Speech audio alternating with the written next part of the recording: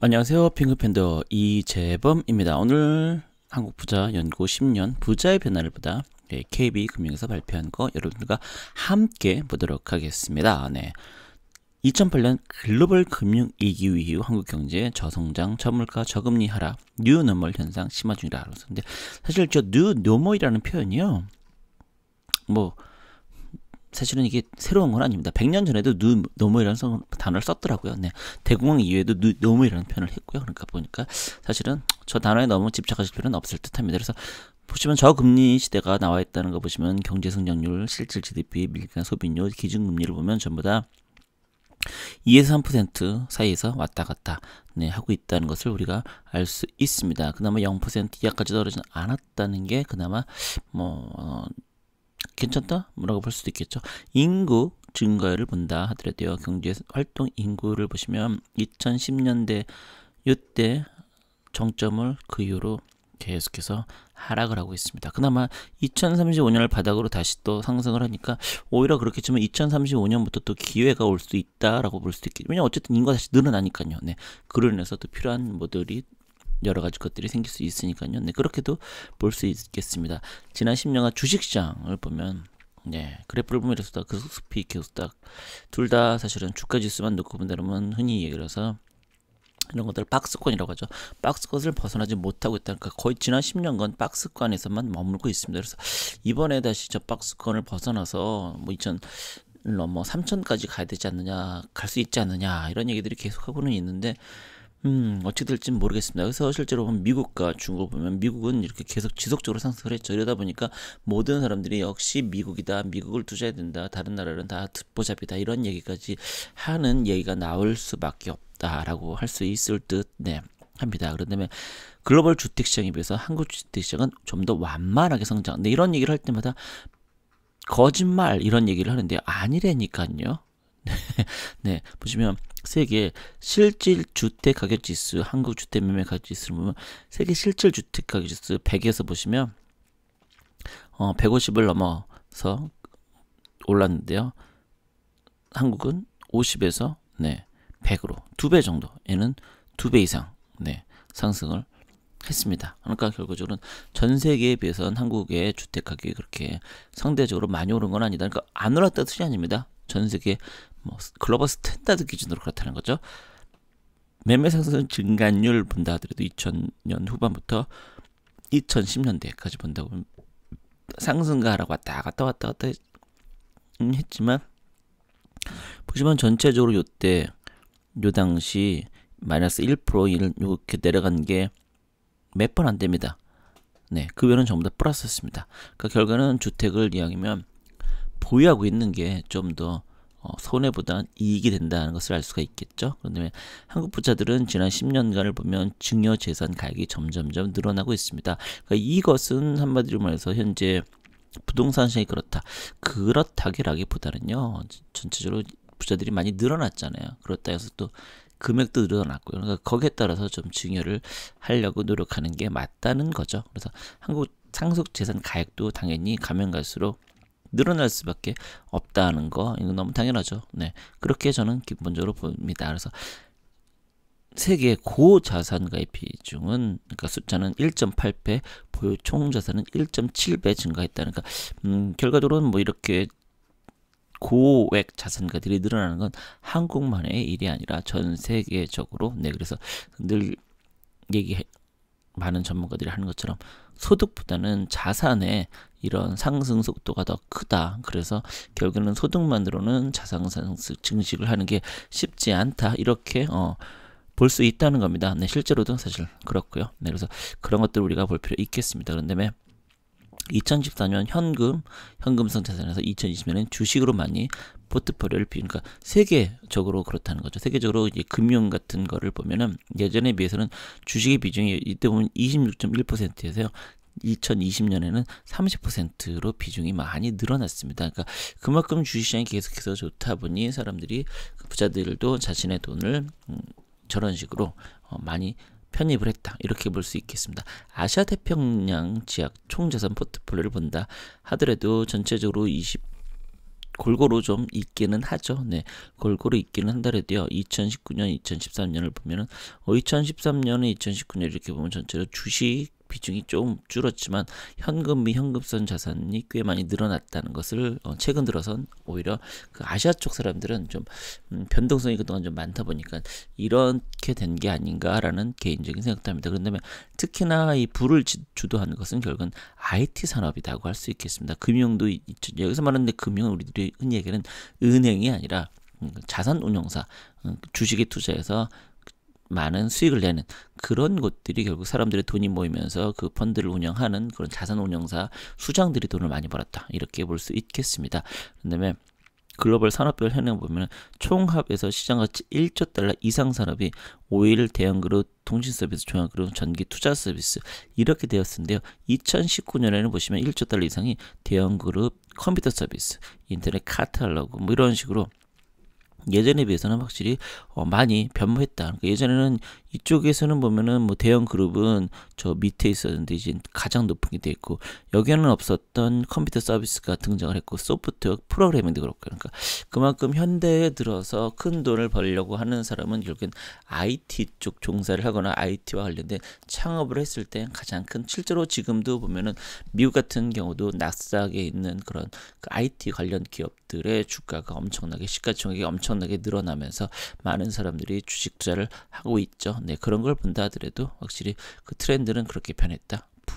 부도 그래서 그런 걸 하는 사람들이 좀 더 많은 돈을 벌었다, 이렇게 볼 수 있겠습니다. 그다음에 IT 바이오 분야 산업 운영이 완전적으로, 그러니까 지금은 이런 IT 또 바이오 이런 쪽에 상당히 성장성이 있고 그러다 보니까 그쪽으로 엄청난 돈들이 모여오다 보니 그쪽을 하시는 분들이 큰 돈을 벌고 부자가 되었다, 이렇게 볼 수 있는 거죠. 이거는 뭐 우리나라뿐만 아니라 전 세계적으로도 그렇다라고 볼 수 있습니다. 그래서 한국 50대 부자 순위로 보더라도 1위 이건희, 정몽구, 이재용, 정몽준, 신창재 교배성명입니다. 신동빈, 이명희, 정의선, 신동주, 최태원 순으로 1위부터 10위까지 있었습니다.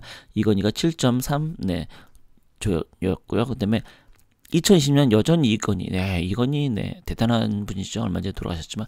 그다음에 2위가 서정진, 10년 전에는 전혀 순위 없었던 서정진. 그다음에 3위가 김정주도 없었습니다. 그다음에 이재용, 이재용 3위에서 4위를 밀어넣고, 김범수 없었습니다. 새로 생겼고요. 권혁빈 역시 없었습니다. 7위 최태원 같은 경우 10위에서 7위로 오히려 늘어났네요. 그다음에 정몽구는 2위에서 8위로 밀려났습니다. 근데 서경배 없었어요.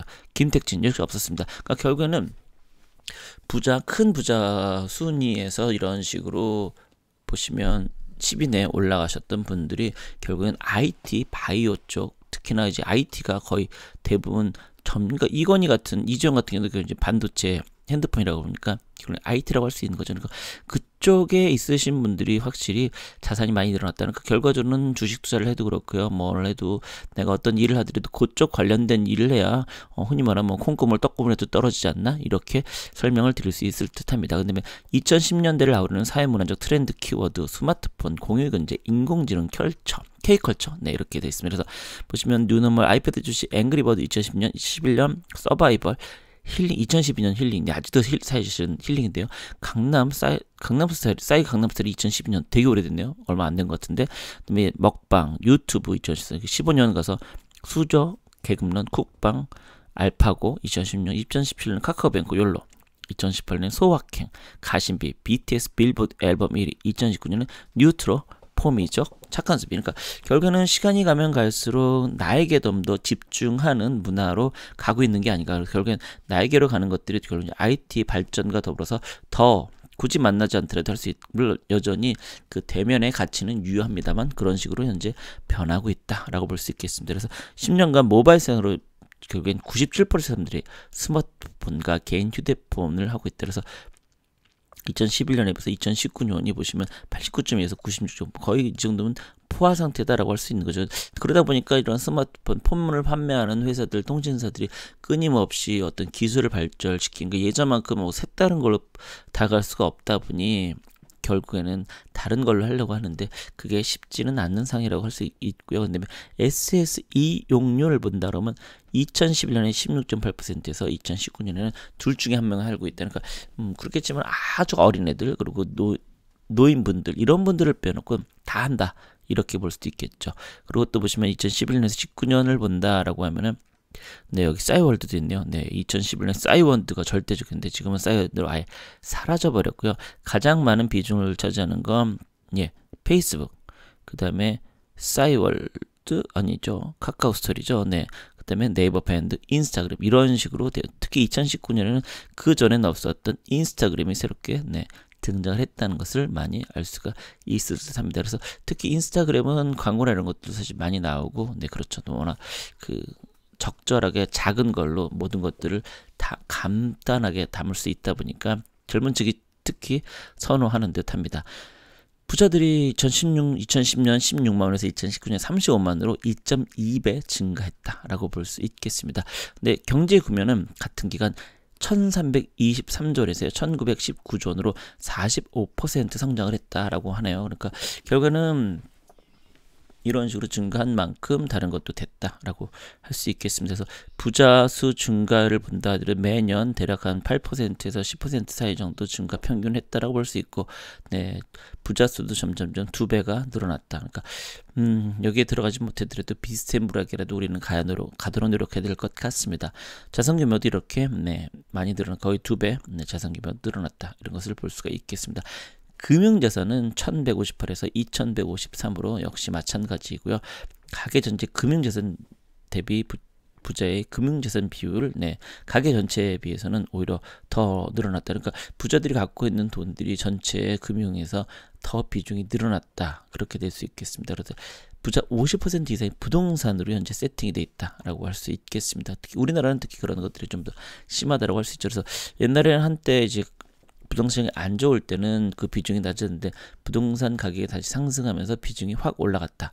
이렇게 보시면 무리 없을 듯 합니다. 부자의 자산, 즉 금융자산, 현금 자산 비중이 부동산 자산은 거주형, 투자형 주택의 비중이 증가했다라고 볼 수 있네요. 그래서 전체로 과거에 비해서는 금융보다는 부동산이 좀 더 많이 됐고요. 부동산에서도 거주형 주택이 가장 많은 비중을 차지하고 그 다음에 투자형 주택이다라고 볼 수 있습니다. 그러니까 결국엔 제가 살고 있는 아파트 가격이 오르다 보니 이런 일이 벌어졌다라고 얘기를 해도 크게 문제되지는 않을 듯합니다. 부자가 부를 일으켰던 원천은 2011년에 부동산 투자에서 2020년 사업 수익으로 변화했기 때문이라고 네, 합니다. 그러니까 과거는 부동산에 돈을 많이 들었는데 지금은 부동산보다 그러니까 늘 그래서 제가 말씀드린 것도 본업이 중요하다는 겁니다. 본업으로 돈을 벌고 번 돈의 일본을 부동산 자산에 넣어서 안정적으로 그걸 지키고 이런 식으로 선순환이 되신 분들이 자신의 자산을 끝까지 계속해서 유지시킬 수 있다. 이렇게 보시면 될 듯합니다. 네, 그래서 전체적으로 이렇게 보면 되는 거고요. 부자 기준은 2011년 50억에서 2020년 75로 1.4배. 그러니까 이건 한국 부자가, 그러니까 부자가 생각하는 부자를 얘기하는 겁니다. 우리들이 보는 부자를 얘기하기는 아니고요. 그래서 본인이 부자라고 생각을 하십니까? 라고 물어봤을 때 2011년에는 전체 75%, 2020년 전체 62%. 그러니까 오히려 갈수록 나는 부자가 아니다라고, 그러니까 부자의 기준이 높다 보니까 그렇게 된다라고 할 수 있는 거죠. 그런데 부자의 최소 기준은 2011년 50억에서 2020년은 70억이라는 것. 그러니까 부의 원천별을 보시면 전체적으로 2011년부터 2020년까지를 전체를 놓고 본다라고 하면 근로소득, 사업소, 부동산, 금융, 상속 이렇게 되어 있는데요. 전체적으로 가장 눈에 띄게 증가한 게 부동산 쪽이 가장 많이 증가했다. 이렇게 볼 수 있겠습니다. 그러니까 전체적으로 그런 걸로 인해서 부동산에서 그 좀 더 자산이 늘어난 측면도 없잖아 있다라고 할 수 있겠네요. 그러니까 저거를 뭐 이를테면 몇 년 전도를 몇 년 후라면 당연히 그 비중이 달라질 수 있을 겁니다. 왜? 가격이 하락을 하다 보니까요. 그런 거 생각을 해보시면 그게 될 듯합니다. 그래서 전체적으로 안전과 안전 추가용이 가장 많이 비중을 차지하고 있다는 걸 거의 50% 넘게 2011년보다 20년이 그래도 안전자산, 안전 추가용을 좀 더 비중이 축소되긴 했습니다. 왜냐하면 주식이나 부동산 쪽이 좀 더 좋다 보니까 그래서 투자 쪽으로 좀 더 그 비중이 올라갔다. 그래서 10년 전에 비해서 금융투자에 대한 지식 수준은 낮아졌다. 그러니까 어떻게 보면 우리들이 생각할 때 왜 부자들이니까 저런 금융지식이나 이런 거 투자에 대해서 잘하는 거 아니야? 그게 아니라 여기서 말하는 부자들은 투자를 통해서 부자가 된 게 아니라 사업을 통해서 부자가 된 겁니다. 그러다 보니까 이분들이 금융적인 지식이나 투자에 대한 어떤 그런 지식이 큰 거는 아니죠. 그냥 자기 갖고 있는 사업으로 번 돈만 잘 유지하고 지키기만 해도 되는 거니까요. 네. 그런 관점에서 이 부자에 대한 얘기를 좀 해보면 될 듯하면서 10년 전에 비해서 자신의 판단에 투자를 선호하는 경향이 증가했다라는 것은 그동안 믿고 맡겼더니 제대로 수익이 안 났거든요. 아, 이거 뭐 돈만 수수료만 가져가고 실제로 수익도 별로 안 나고 이럴 바엔 내가 직접 하는 게 낫겠다. 라는 그 많은 이 사람들의 생각. 실제로 그래서 최근에 도화혁명 이후에도 펀드가 좀 안 좋잖아요. 아, 이렇게 수수료 가지고 안 될 바엔 그냥 내 돈 내고 내가 알아서 내가 책임지지 뭐. 이렇게 현재 시장이 가고 있으니까요. 네. 그래서 모바일 이런 것도 그러니까 생각보다 나이가 있으셔도 이런 것들을 사용하는 데 있어서 적극적으로 활용을 하려고 노력한다, 이렇게 볼 수 있겠습니다. 그래서 상속 증여에 대한 기부도 관심도 많이 되고 있다. 그래서 자녀가 압도적으로 재산을 증가하고 있지만 꼭 그렇진 않다는 것도 우리가 볼 수 있을 듯합니다. 그래서 그 밑에 있는 것들은 그렇게 문제되지는 않고요. 자, 그럼 오늘은 여기까지 방송하고요. 다음 시간에 다시 또 부대에서 좀 더 자세한 얘기 드리도록 하겠습니다. 여러분 고맙습니다.